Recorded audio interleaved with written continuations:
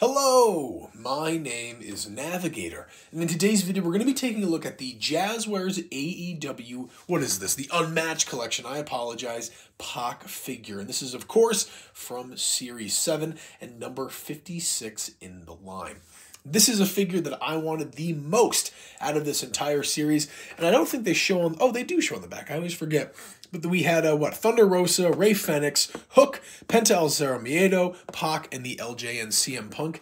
Out of all of those, this was the one that I wanted the most. And if you guys are up to date with my channel, you'll know that I posted a short the other day where I found him and Terry Funk. Of course, that Terry Funk, or actually, yeah.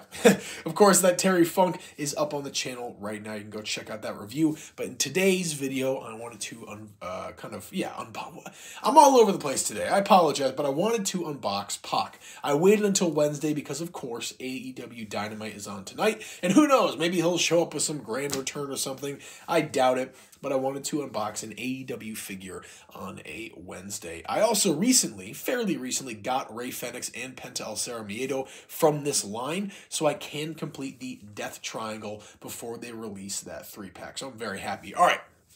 Super pumped for this figure. What I did to save on time, because I've already been wasting it, is I just cut open the taping. But typical with all of our AEW figures, there's going to be 1, 2, 3 pieces of tape we're going to have to cut through. And once you do that, it's pretty simple. So I'm going to try to reach in here and grab that out. You bend that back, and you reach in here, and you pull that right.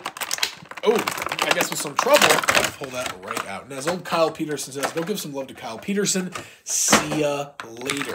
And there we have it, PAC, out of the box, still in the packaging. And no, we are not talking about X-Pac here. We are talking about PAC, formerly known as, I think, Neville in WWE. But let's stop talking. I want to get to this figure. It is so awesome. Cannot wait to look at these head sculpts. Okay, we got one out of the box. We got 2 out of the box. It comes with some hands. Let's get those out of there. Oh, I just dropped one of them. We grab that.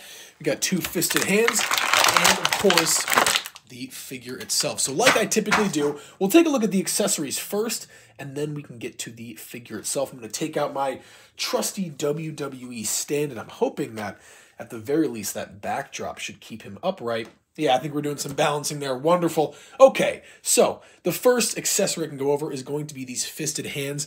Absolutely nothing new regarding like molding or painting or anything.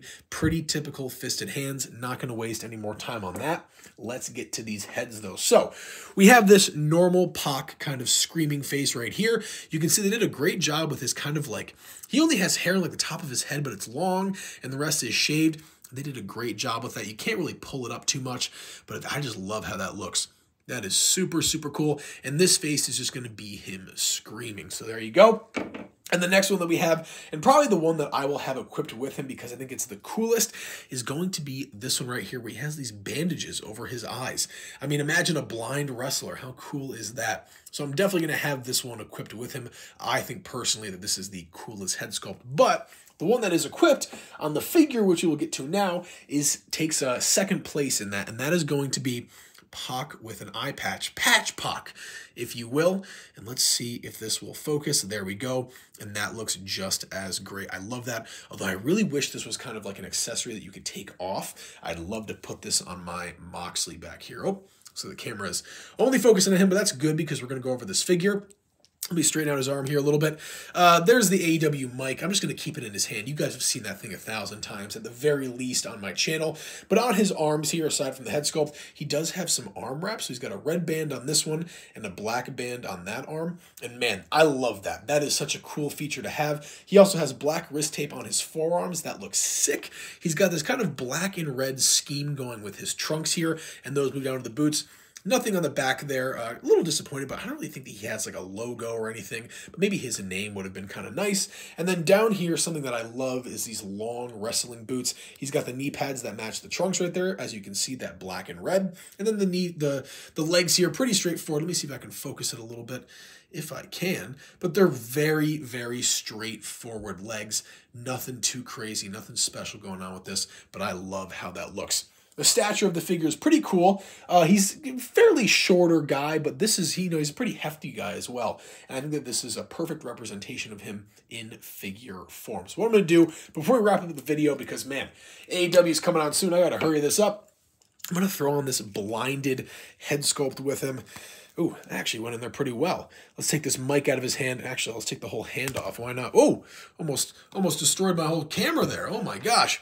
And we're going to throw these fisted hands on. I'll get them in a good pose like I always do, and then we can wrap up this video. So there's one fist, two fist, red fish, blue fish. I'm just kidding. I'm not Dr. Seuss. And let's kind of get him in a fighting pose here. Who's coming at me? I can't see ya.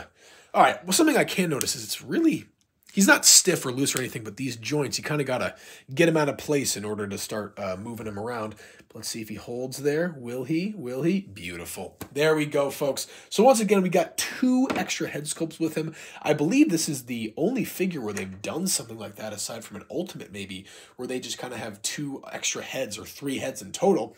He also comes with 2 sets of hands and, of course, the figure itself. So, guys, thank you so much for watching. Once again, AEW's on tonight, and I've been hearing Jim Cornette talking about their viewers, so maybe you should tune in, kind of give them a little viewership, I guess you could call it, but I definitely will. MJF actually just surpassed Kenny Omega's streak for the longest reigning AEW heavyweight champion holder. So there you go. I'm rambling on, though. I'm fanboying out. But guys, this is a great figure. Honestly, you could even use this for like non-wrestling stuff too because of those head sculpts. They just look so cool. The head sculpts alone really make this figure, but the figure itself is pretty cool too. All right, I'll leave you guys with that. And as always, my name is Navigator. Have a nice day.